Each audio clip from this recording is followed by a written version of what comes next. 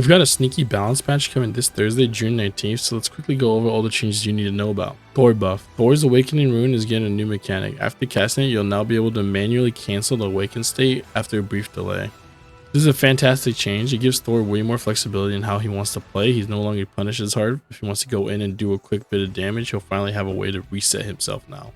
It honestly makes him feel a lot more like how Fantastic works with managing his inflated state. Moon Knight buff. Moon Knight's base health is being increased from 250 to 275 HP. This is a change a lot of people in the community have been asking for, so it's great to see it finally happen. Honestly, I'm kind of surprised he got the buff before Mantis or Magic, but hey, we'll take it. Star-Lord buff. Star-Lord's element guns are getting a small adjustment. Their damage falloff at 25 meters is being adjusted from 60% to 65%. This is a small buff that lets them squeeze out a bit more damage at those longer medium ranges. But that being said, Star-Lord already excels really well at neutral fights, so I don't expect this to shift him around too much. Alright, Storm's been kind of a menace this season, and she's finally catching some nerfs. She's getting 2 nerfs.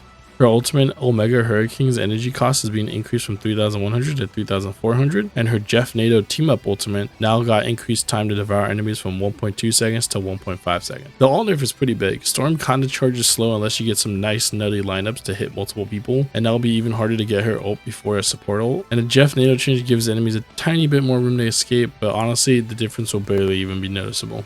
Chilling Assault with Hawkeye and Luna. Ice arrow damage is going from 30 120 max at 30 meters to 25 100 max, so you're losing 5 damage flat and about 20 damage at the max range. The stun duration for targets beyond 30 meters is going from 1.5 seconds to 0.8 seconds. The spell field AoE range is going from 3 meters to 1 meter. The damage nerf isn't a big deal because the damage was never the problem. The stun duration and the splash range reductions are absolutely massive for him. You will now basically have to hit the target dead on to freeze them. You won't be able to just splash them around. And you'll only got half the time to land a follow-up hit. This is easily the second biggest change in this patch, right behind Thor.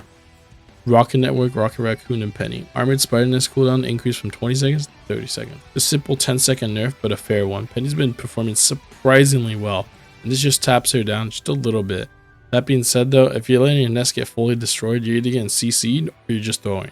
Remember, the more HP that you have left when you take the nest back, the lower the cooldown. So what do you guys think? Are you excited about these changes or are you upset about any of them?